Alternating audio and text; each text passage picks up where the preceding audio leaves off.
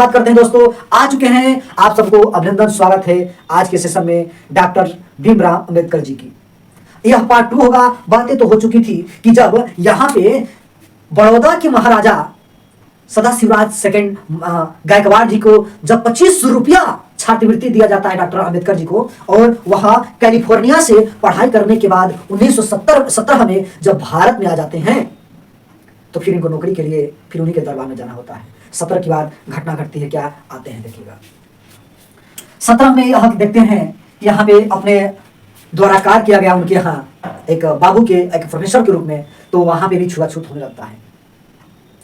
पुनः डॉक्टर भीमराव अंबेडकर उनके बड़े भाई द्वारा यह नौकरी छोड़ दिया जाता है और फिर विडंबना होती है देश की सिचुएशन पे, और इस तरह से अपना यह वकालत शुरू पर प्रारंभ करते हैं बाबा साहब अम्बेडकर।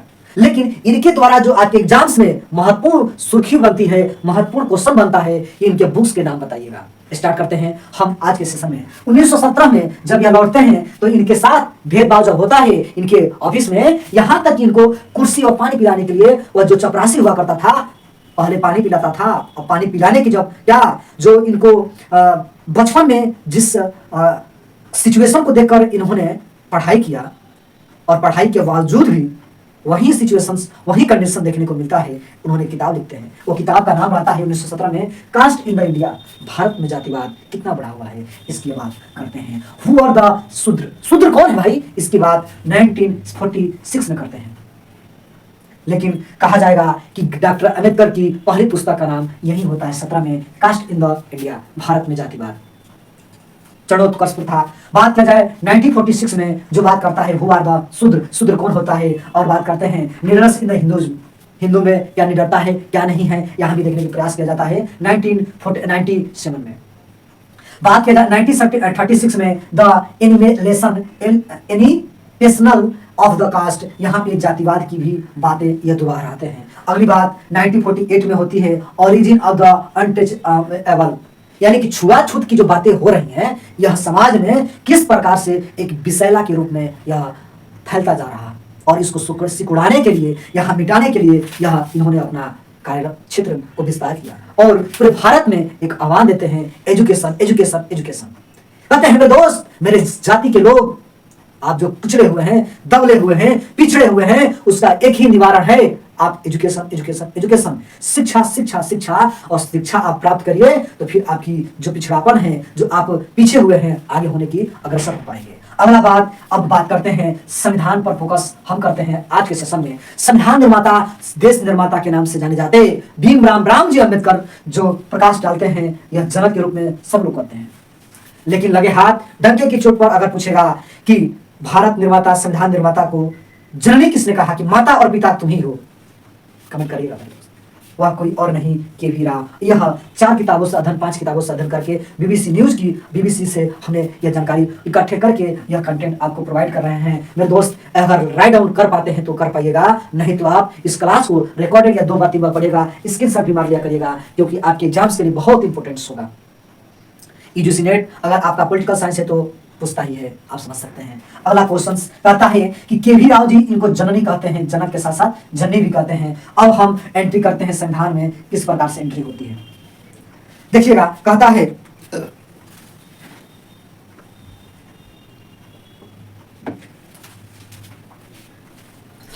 कि 1946 की बात है, जब भारत में लॉर्ड एंटनी के आह्वान पर कैबिनेट मिशन आता है, वह 2 बातें कहते हैं।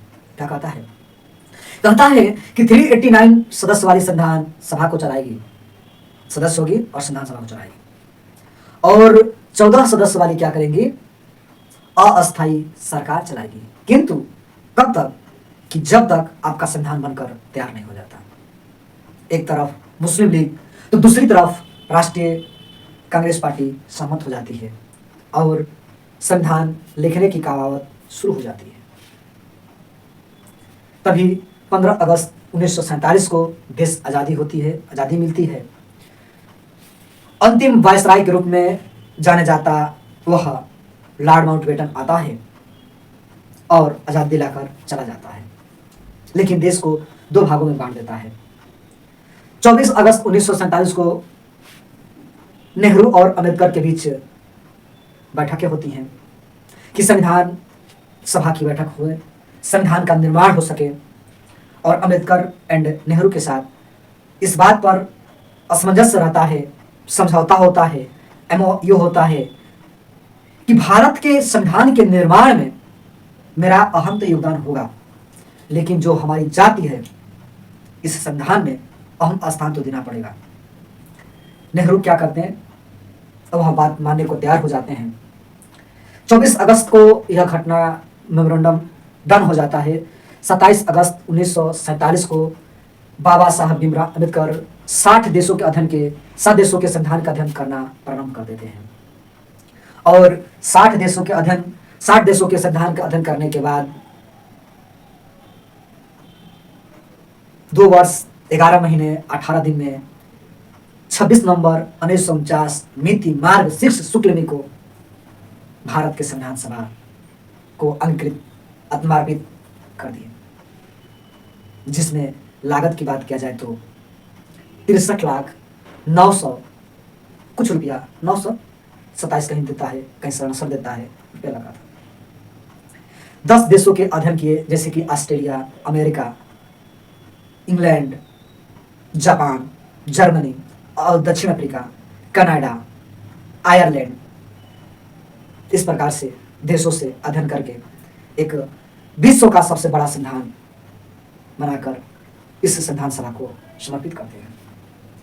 लेकिन विडंबना की बात यह होती है कि बाबा साहब अम्बेडकर ने जब संविधान बनाकर संविधान सभा को समर्पित कर दिया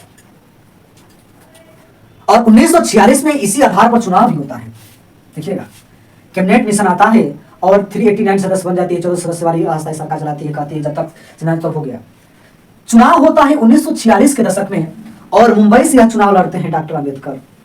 देखिएगा, यह दुनिया है, आप किसी को जब देंगे ना, फ्री में कुछ दे देते हैं तो अगला ये सोचता है कि फ्री में है तो इसके पागल है, इसके बाद कुछ है नहीं।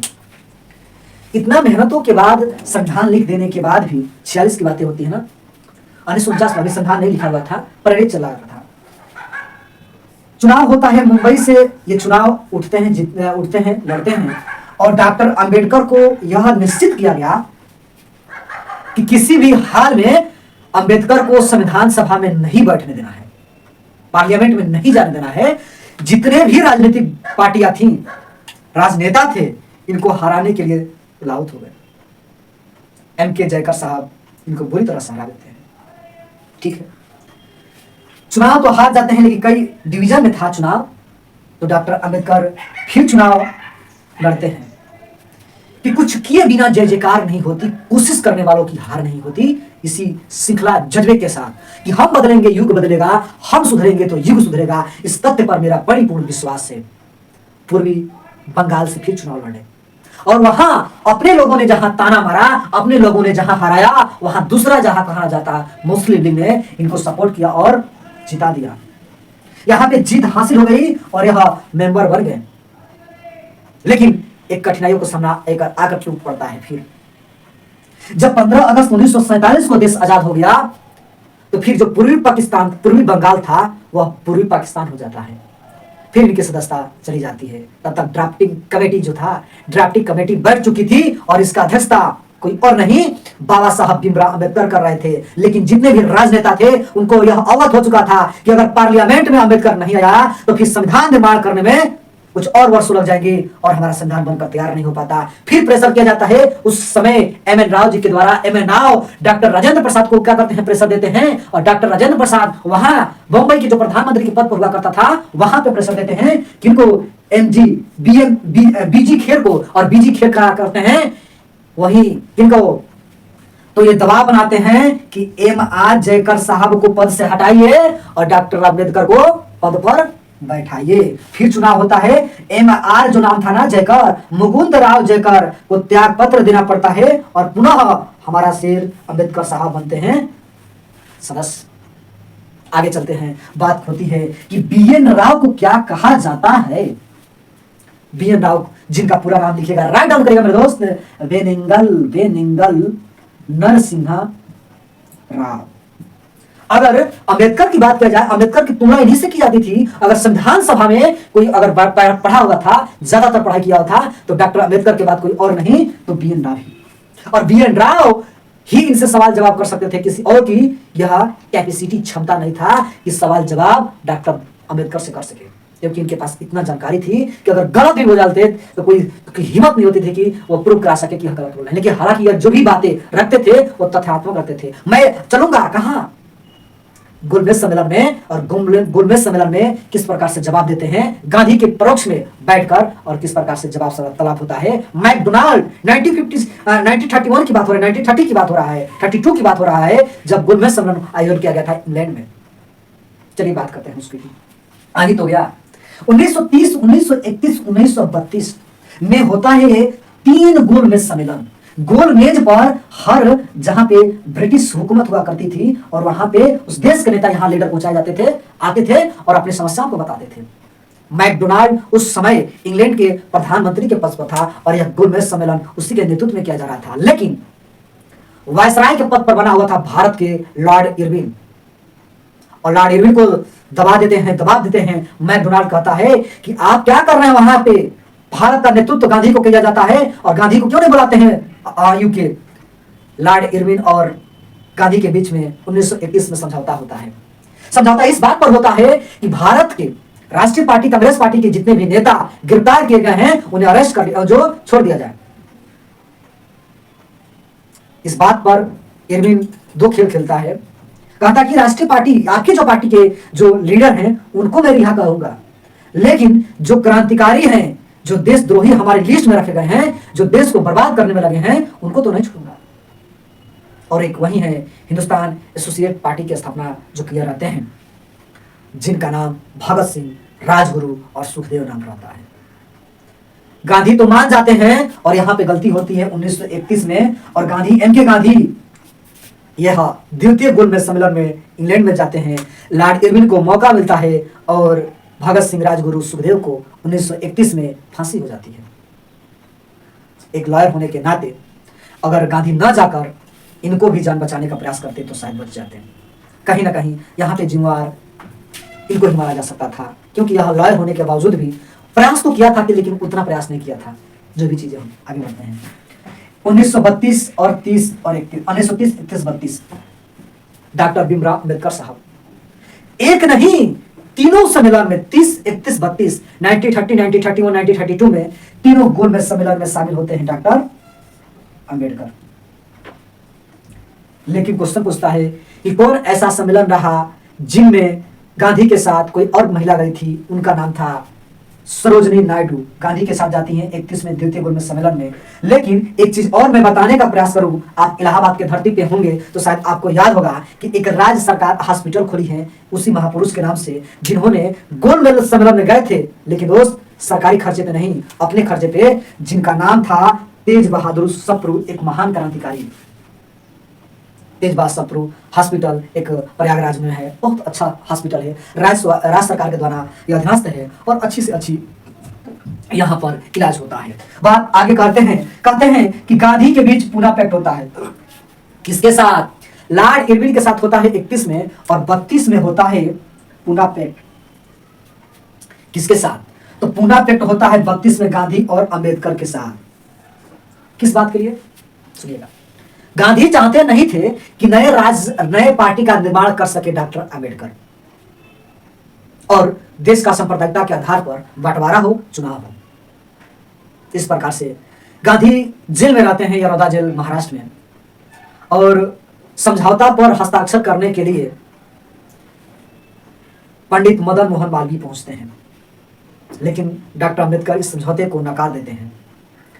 उसी दौरान गांधी बात को अब सीरियस ले लेते हैं और अनशन पर बैठ जाते हैं, और लगता है कि शायद उनके डेथ हो जाएगी। अंबेडकर देखते हैं, परखते हैं और खुद को अपना हार स्वीकार कर लेते हैं। अंबेडकर यह आह्वान देते हैं कि हम मान गए, ठीक है, और सांप्रदायिकता के आधार पर हम क्या करेंगे, अपना एक राजनीतिक पार्टी नहीं बनाएंगे, लेकिन मुझे एक सीट, यहाँ पे इतने सीट मिलनी चाहिए, ये बात की जाती है। मान जाते हैं। गांधी भी यरोदा जेल में जो अनशन पर बैठे थे तोड़ देते हैं, और इस प्रकार से अंबेडकर सामने आते हैं, बात मान जाते हैं। गतिविधि तो आगे बढ़ती चली जाती है जब 1942 में भारत छोड़ो आंदोलन होता है। और भारत छोड़ो आंदोलन 1942 में 8 अगस्त को गांधी गिरफ्तार कर लिए जाते हैं और आगा खां में पैलेस में इनको बंद कर दिया जाता है। इतना ही नहीं, बात किया जाता है कि डॉक्टर अंबेडकर की क्या प्रतिक्रिया रही भारत छोड़ो आंदोलन पर। बहुत महत्वपूर्ण है, विशेष कंटेंट है। तो डॉक्टर अंबेडकर की भूमिका ये रहती है, उनकी प्रतिक्रिया ये रहती है कि इस आंदोलन से असहमत नहीं रहते हैं, असहमत रहते हैं। ऑपरेशन जीरो आवर चलाकर भारत छोड़ो आंदोलन की शुरुआत जो मुंबई से होता है 8 अगस्त को रात्रि में सभी नेताओं को गिरफ्तार कर लिया जाता है। यहां तक कि हजारीबाग यानी कि झारखंड से जयप्रकाश नारायण जो संपूर्ण क्रांति का आह्वान करते हैं उनको गिरफ्तार कर ली जाती है और हजारीबाग जेल में बंद कर दिया जाता है, जो दीपावली के दिन अपने सहयोगियों के सहयोग से दीवार को फांदकर भाग निकलने में सफल होते हैं। एवं देखा जाए तो डॉक्टर राजेंद्र प्रसाद जो कि पटना में गिरफ्तार कर लिए जाते हैं। डन? आगे हम बात करते हैं, बात आगे बढ़ती है। भारत छोड़ो आंदोलन के बाद अंतिम बार हम देखते हैं 1947 में अंतरिम सरकार बनाने में एक लिस्ट जारी की जाती है और लिस्ट जब गांधी के बीच जाता है तो उस लिस्ट में डॉक्टर भीमराव अंबेडकर जी की कोई मंत्री पद पर नहीं रहते।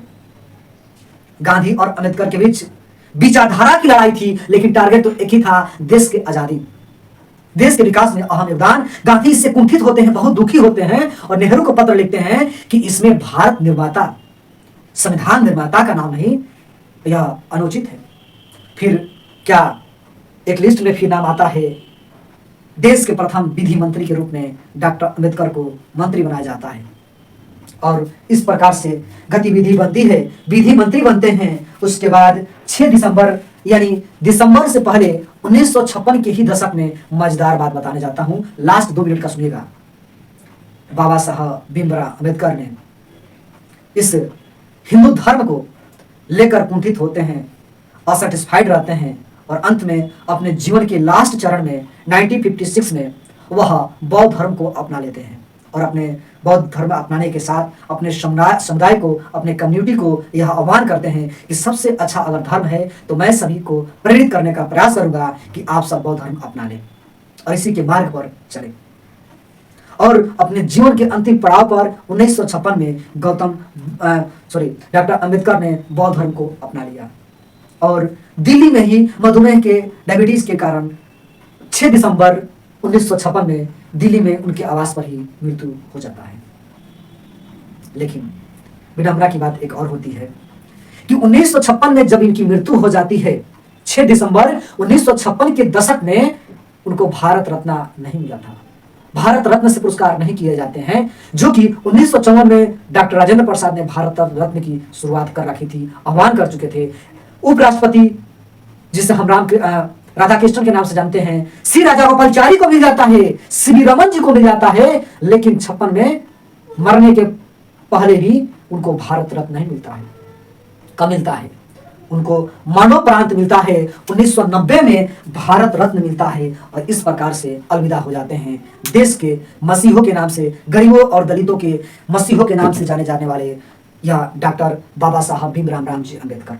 तो दोस्त, आज के सेशन यहीं पे समाप्त करते हैं। उम्मीद करते होंगे कि अच्छे लगा होगा। एक चीज मुझे एक याद आती है कि जो भरा नहीं भावों से जिसमें बहती रसदार नहीं, जो भरा नहीं भावों से जिसमें बहती रसदार नहीं, वह हृदय नहीं पत्थर है जिसमें स्वदेश का प्यार नहीं। टेक केयर, जय हिंद।